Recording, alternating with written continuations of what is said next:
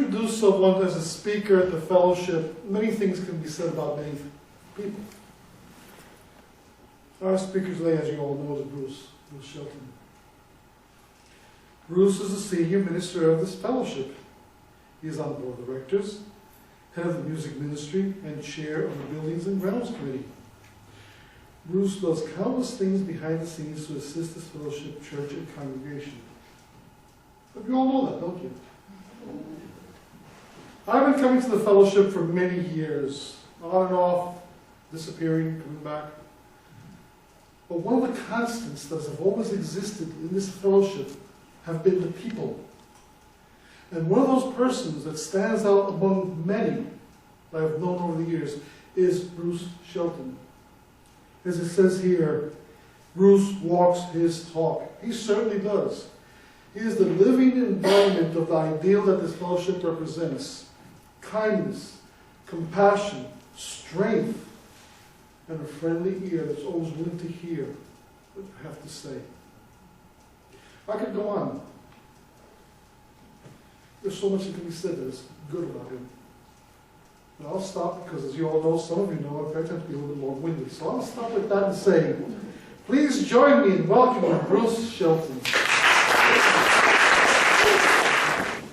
I always like to begin my talks here at the church with a few moments of silence, in which I would ask of us all to just ask God to speak through me today and to tell you what you need to hear, not what I want to tell you. Okay? So let's all, just if you could help me with this, let's just be quiet just for a few moments.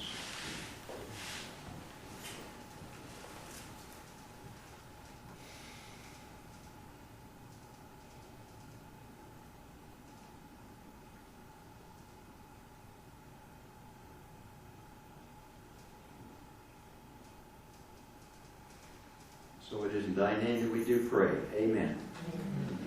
Thank you. Okay, today I'd like to talk to you about one of the foundational teachings in the great religion of Hinduism. I've been wanting to give this talk for quite some time, and last Friday at 12 noon I got a text from Cheryl Bernath, and she said she had just called Tom to find out what he would be talking about this today, and Tom said he didn't know he was supposed to be speaking today. He's on the road to Lexington to see his dad, and so there was some kind of a miscommunication. So I thought, oh, that's great. Who's going to speak? And I thought, well, this is a great time to give this talk I've been wanting to give for quite some time. It's entitled "The Four Yogas of Enlightenment." Okay. Let me just, as a preface to the talk, just point out that in our expression of purpose for the Fellowship of the Inner Light, we have as one of our expressions of a purpose, we are an interfaith spiritual community that honors each individual's path and seeks to understand the core teachings of all world religions and spiritual masters that hold love, light, and joy to be the nature, character, and manifestation of God. And so, since we say that we're an interfaith church, it makes sense that sometimes we'd want to talk about some of these other religions and really spend some time taking a look at the great messages they have to teach us, because one of the things I think everybody agrees with in this church is that all these various, what I call the enduring world religions, these are the religions that have passed the test of time, century after century, millennium after millennium. They pass the test of time because all of these major religions are dealing with core principles that govern the world, govern our lives. All of these religions are dealing with the key issues. Who are we? Who am I? What's it all about?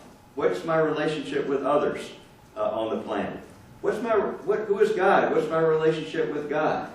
You see, these are the core questions that the first humans began to ask themselves. Why am I here? This is a pretty tough place to be. This planet Earth is a very tough place to be. And so if we don't have an answer to that and see a purpose, you see, behind our lives, we have problems. We get depressed, and life can get overwhelming. So this is what all the great religions are about, including the religion of Hinduism. Today, I'm going to talk about the four yogas. Now, the four yogas have to do with purifying, cleansing, the 4 parts of who we are. Okay, and the Hindus give very specific teachings on how we do this.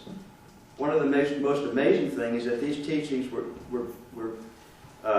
created by an individual or individuals thousands of years ago. We don't even know who they were.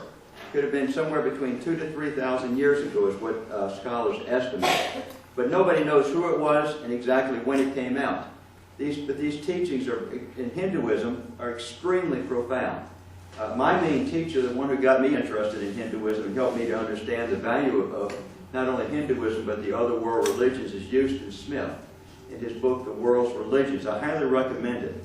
I first read it as a textbook in college back in the 60s, and ever since then I've been rereading it because he really helps us to understand these world religions. So a lot of what I'll be sharing with you today I originally learned from Shelton Smith. I've also been highly influenced by Ram Dass, Paramahansa Yogananda, Neem Karoli Baba. I love these. I love it, and they've helped me to understand Hinduism. So a lot of what I'll be sharing with you today comes from many years of what I've learned about Hinduism. So the 4 parts of who we are is body, thoughts, feelings, and the spirit, the spirit within us. It's hard to say the 4th one because the 4th part of us is beyond words. It really can't be put into words, but we can use words at least to point us in the right direction. So these are the 4 parts of who we are, and these 4 yogas, or some people call them the 4 paths to God, teach us how to basically get ourselves together so that we can go within and really awaken to the fullness of who we are. That's what it's all about. That's what this talk is all about. The first yoga is called Jnana Yoga. That's spelled G-N-A-N-A, and it's pronounced Jnana Yoga. This is the path of knowledge and wisdom. This is the path that deals with our thinking, our thoughts. Okay? The goal is to get our thinking right. You see, we've got a big problem as human beings. We constantly have this mind, this human mind, with all these thought patterns, habitual ways of thinking. Thoughts are constantly going across our mind. Psychologists tell us we have around 60,000 thoughts a day going across the windows of our mind. We're constantly getting caught up in these thoughts. It's interesting if you look at these thoughts because they fall into 2 categories. Either they're thoughts, they're memories about something that happened to us in the past. It could have been yesterday, it could have been 20 years ago.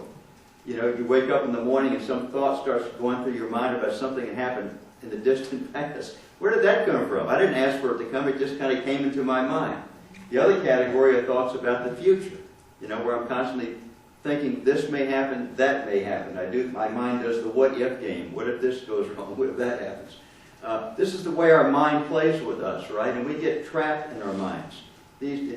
Once we have habitual thought patterns in our minds, they're just there and they keep coming back. And it's like an addiction. It's like we're addicted, you see, to all these thoughts in our mind. That's what causes us so many problems, because we get so caught up in our mind, you see, that we lose contact with the center of our being, the spiritual side to ourselves. Does that make sense to everybody? That's the whole problem, you see. There's a great spiritual teacher in the 20th century named Gurdjieff. Many of you have heard of him. And Gurdjieff said, if you don't realize you're in prison, how can you ever escape? You see? Most people don't realize that we're trapped in our minds. We think this is just the way it's supposed to be. I'm supposed to be happy sometime and miserable sometime. It's just called being a human being. That is being a human being who's cut off from their true self, you see. So what spirituality is all about is let's break free. Let's break out of jail. let's break out of this shell, this human mind, and find our center. So it's Jnana Yoga is all about getting our thoughts right. Ram Dass says that a good way to practice Jnana Yoga is every morning, I do this myself, I just pull a spiritual book out and read from it. The trick with this is you're not doing this to gain more knowledge. You're not trying to read 10 pages today. No. It's all about reading maybe one sentence, maybe a paragraph. And then you spend 10 or 15 minutes meditating upon the meaning, you see, of this thought. Okay, the spiritual thought from the sacred book. Then you go throughout the day and you think about this teaching, this thought, throughout the day. That is very powerful. It's like taking medicine and putting it into your body. It just works on your mind.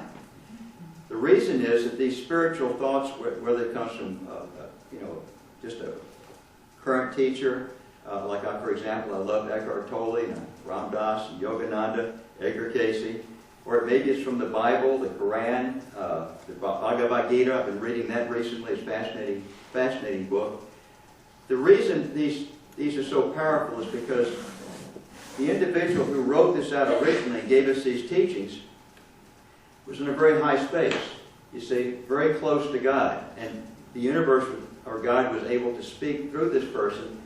So literally, when we are reading a spiritual thought, that thought is actually a transmission of spirit. Can everybody hear that? It's actually God entering into our mind.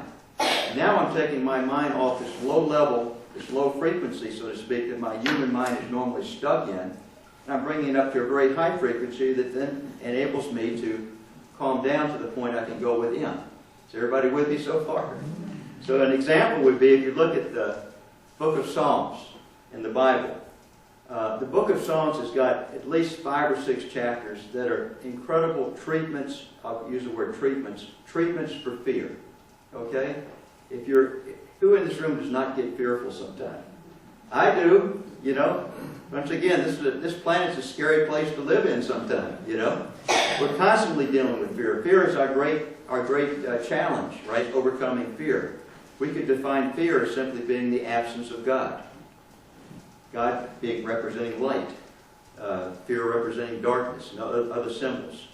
And so the book of Psalms has a number of wonderful psalms. If you're ever really in need of help, you just read one of these chapters, and it's like medicine to your soul.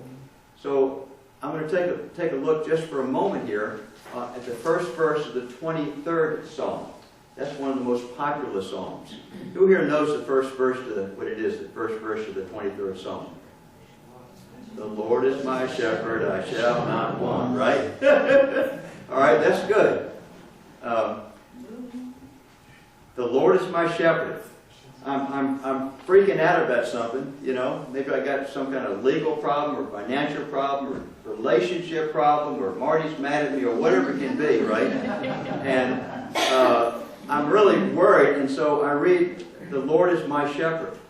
That is very comforting, because it means that I'm being told here that I'm being looked after, I'm being protected, I'm being guided, no matter what it is whatever path I'm on today, no matter what it is, I'm being protected, I'm being guided.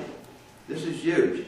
I think of all the titles that were given to Jesus, I think the favorite title he would like the most would be that of the Good Shepherd. You know, the shepherd looks after his sheep. And so this very first thought here, the Lord is my shepherd. Oh, okay, I'm not alone.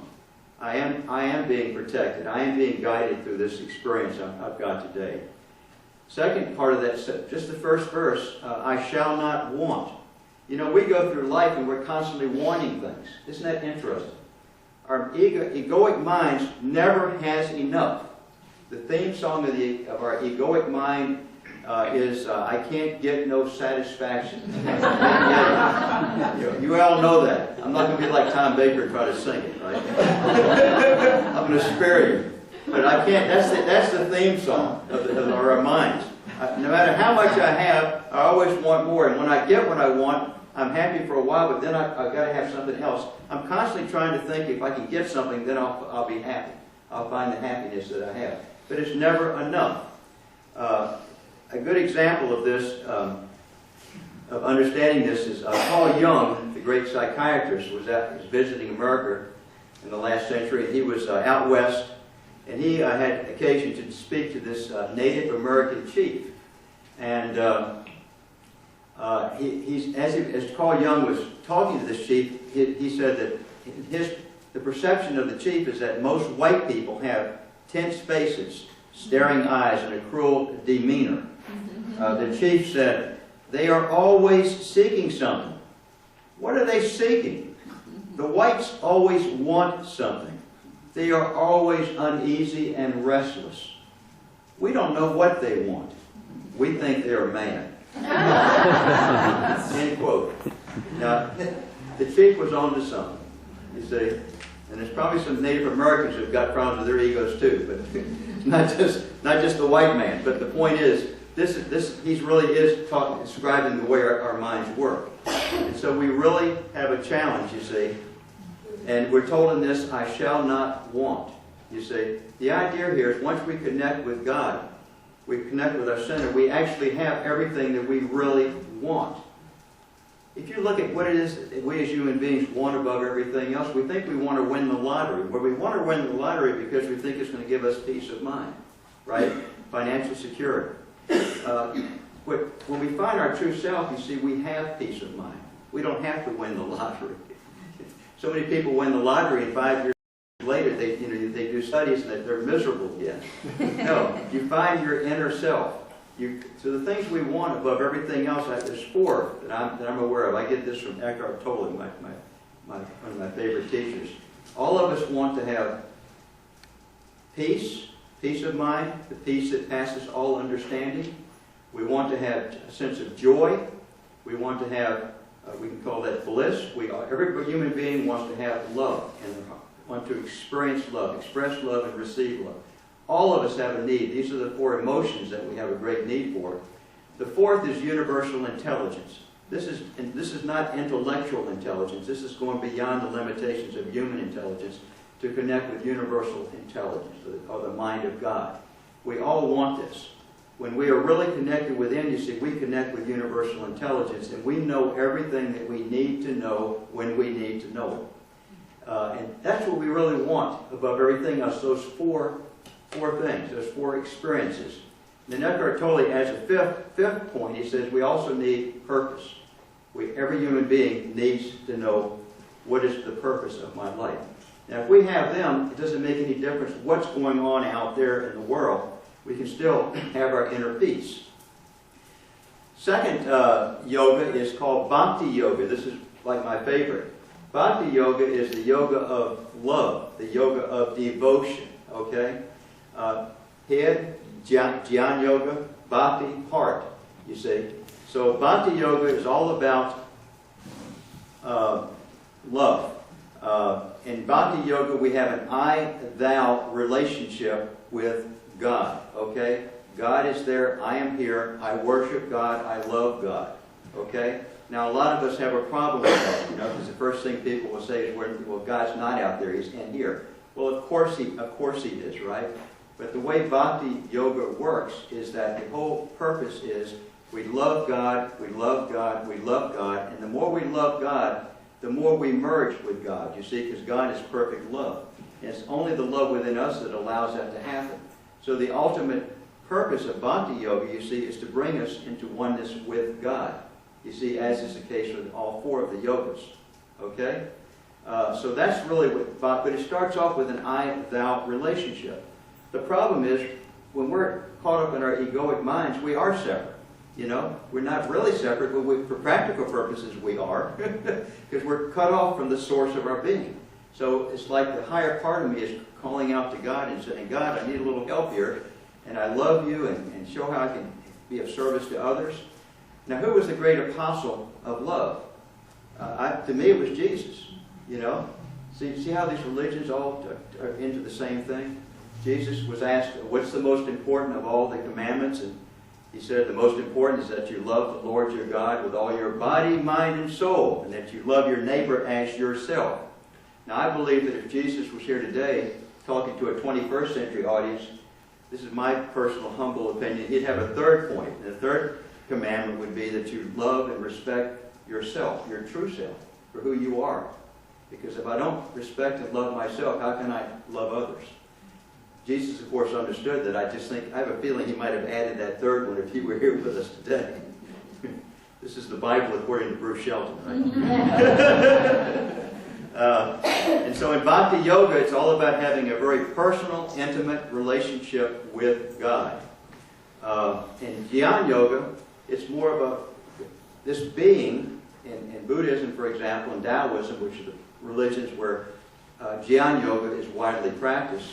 The Buddhists don't like to use the word God. They use the word nirvana, an experience of bliss that goes beyond form. It cannot be described with words. The Buddha was asked many times, Master, we see you've got it. Tell us what this nirvana is. Just tell us. And he'd always smile. He'd never answer. And then we're told that one time the Buddha was asked by his main disciple, I can't remember his name, but his main disciple said, Master, is nirvana bliss? And we're told, according to the legends here, that the Buddha said, yes, nirvana is bliss. And that was the closest the hint the Buddha would give us as to what this state of consciousness that he called nirvana was all about, which is God consciousness. They just didn't like the word God. The word God connotates a concept, a form, and so there are limitations to using that word God. So the Buddhists just don't like to use the word. They just say you just experience it. The Buddha, sorry. Govinda. Huh? Govinda. Govinda? Was his disciple. Oh, Govinda. Okay, thank you. Govinda. Very good. And so, at any rate, in Jnana Yoga, it's about the head, and so that the Buddhists may view this being, that they call it the Godhead, as being like a vast, infinite ocean. You see, very abstract, right? In the Western religions, the Semitic religions, which are primarily Judaism, Christianity, and Taoism, and Islam, God is viewed as very personal. You see, Jesus taught us that God is like the perfect Father. You see? Now, it's an interesting question, isn't it? What is God then? Is God personal? Or is he what's referred to as transpersonal? Transpersonal means it transcends the personal. Who's got it right? Do the Buddhists and Taoists have it right, or do the Judeo-Christian Islamists have it right? Who's right about this? Well, this was explained to me many years ago by a college professor in 1967 when I was taking a course called Comparative Religions of the Comparative Religions. He said, if you can imagine a line that goes this way to infinity and goes this way to infinity, this side of the line represents the personal side of God, okay? The side of God that relates to us in a personal way. This side, to your right, represents the transpersonal, okay? It depends on where we're at. Our work is to understand both, you see. But we may be attracted to one religion where it's going to be focused on here, and in another lifetime we might be attracted to another religion that brings us over here, you see. Or maybe we're attracted to all the religions like I am, and we just work on all, you see. So God can be related to on all these levels. First with form, with concepts, human concepts, then we transcend the concepts and actually enter into a space of spaciousness where there's no words that can describe it. We go beyond concepts. Does that make sense to everybody? That's kind of what transpersonal means. All right. Karma Yoga. This is the third yoga. Karma Yoga is the yoga of action, behavior. I said we've got head, heart. Now the Hindus are looking at our behavior. We want to get our behavior right. We want to walk our talk. If I've got my thoughts right, I've got my heart right, everything I do outwardly is going to be expression of my thoughts and my feelings. So we should be doing, the trick here is to try to live in accordance with our highest ideals, with Karma Yoga, okay? So everything we do in our lives, whether it's driving a car and being polite to other motorists, right? Being in the line at Farm Fresh and having the slowest cashier in the world and being patient and not saying anything nasty like hurry up, that's Karma Yoga means I'm listening to my highest ideals and I'm being patient and non-judgmental, right? It also means in our work, whatever our job might be, some of us are fortunate to have jobs in which we literally get paid to help people, right? Think of doctors, nurses, chiropractors, acupuncturists, massage therapists. They're lucky. They've got the best jobs of all. They get paid to spend the entire day helping people. Most of us are not that fortunate, right? But this is the thing. Every job out there has within it an element of service. including being a stay-at-home mom or a stay-at-home dad. That's the highest job of all, in my opinion, being a mom or a dad. So when I think of this type of work, I think of, for example, John Wilson, who's a contractor. He's not only an organic farmer, as you all know, but he's also a very skilled contractor. When he does work, he does it as a service to people. He will bend over backwards and try to help people. It's not about trying to get money from people. It's all about service. I think of Dan Burnett, who's another dear friend of mine. He's a plumber. When Dan comes to my house and he fixes my plumbing in my house and we have a problem, he is so nice about it. He makes me feel good. He'll go out of his way. You know, this is karma yoga. My favorite example is I used to have a job where I went through this agency and I would stop by a Wendy's every day and pick up my salad for lunch. And this Wendy's had a African-American elderly woman who was the cashier. And every time I'd go there to get my salad, which was 2 or 3 times a week, she was the sweetest person and just said, "Hello there, dear. It's so good to see you. Here's your salad. That'll be $4.99, honey. Thank you so much. Now you have a good day now. Hope you enjoy yourself." Now she didn't know me, and she did this with maybe a couple hundred people a day going through that line, right? Because I heard her talking to the person behind me, right? This is karma yoga. You see, if the Buddha, for all I know, she was the Buddha reincarnated, right? Maybe the Buddha incarnated this lifetime decided to be an African American woman, and at this stage of my life, I'll work at Wendy's and bless people. You see, we don't know, but the point is that's karma yoga, and we all have an opportunity. You see, in our work, whether it's a paid job or any other type of work, to be of service to others. The last yoga here is called Raja Yoga.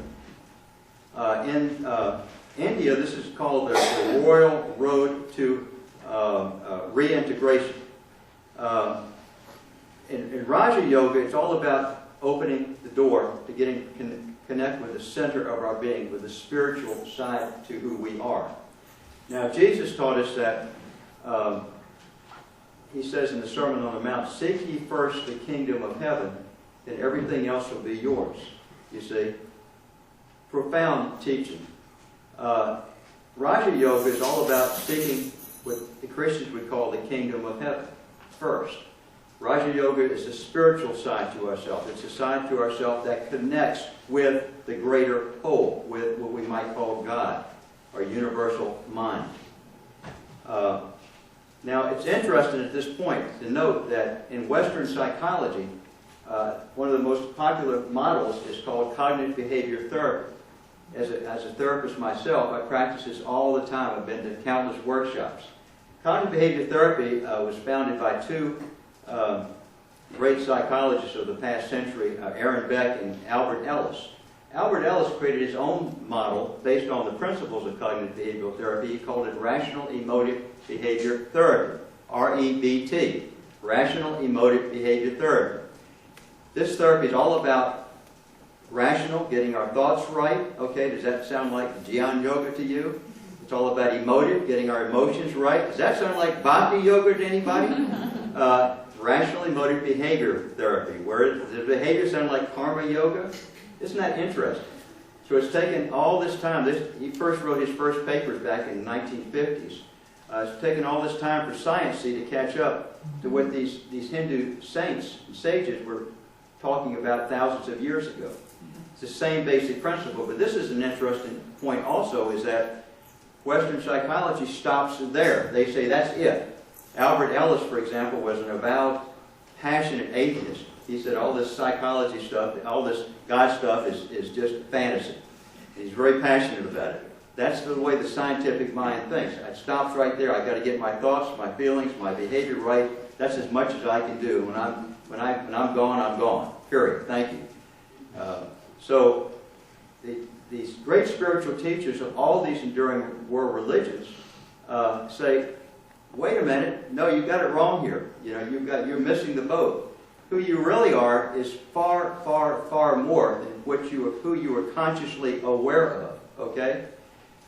Who you really are is a spirit. You're a spiritual being. You're a child of God. Okay? And your work is to find that side to yourself. So underlying our conscious and our subconscious mind is a vast, infinite reservoir of life, love, joy, peace, universal intelligence, everything that we want. It's all within us, okay? Raja Yoga is all about opening the door.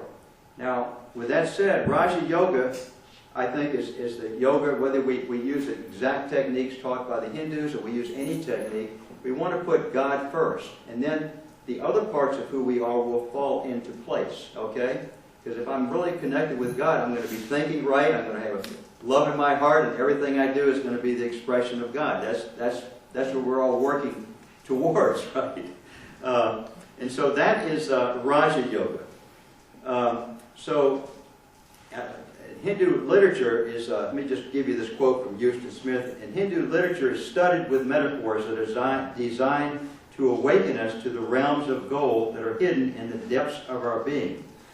The Hindus say we are like kings and queens who, falling victim to amnesia, wander our kingdoms in tatters, not knowing who we really are.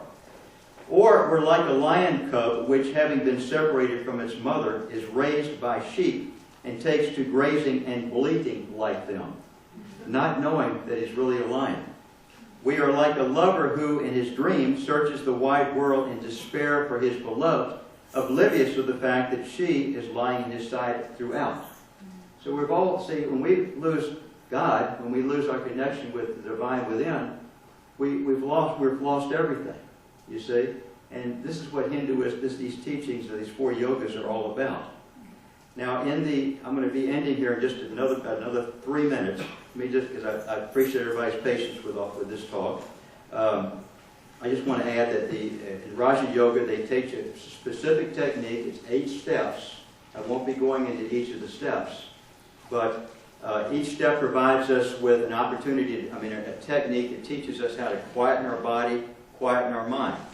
Now, what Raja Yoga teaches us in these techniques is that the greatest challenge to going within is the thoughts in our mind. When you practice the mindfulness meditation earlier today, did you notice how other thoughts kept coming into your mind as hard as you tried to focus on your breathing? You know, in Raja Yoga, it's all about being concentration. It's all about practice. It's all about you keep working with it. First, you're able to focus on your breath for a few seconds, then a few minutes, then it goes from there. And the idea is it just takes practice. And I love this quote from the Bhagavad Gita. It says, "Restless the mind is, so strongly shaken by the grip of the senses. Truly, I think that the wind is no wilder." Isn't that great? Then this is even better. Hinduism likens the restlessness of the mind to a crazed monkey cavorting about a cage. No, that's not enough, the Hindus say. Imagine a crazed, drunken monkey cavorting about a cage, and you're trying to quiet the monkey down. That's what trying to quiet you. No, they say, no, that's not enough. They say, imagine the mind is like a drunken, crazed monkey that's just been bitten by a wasp. That's what we're up against. Okay? So if we can just get that monkey quiet, we'll realize who we are and awaken the fullness of our being. Thank you very much.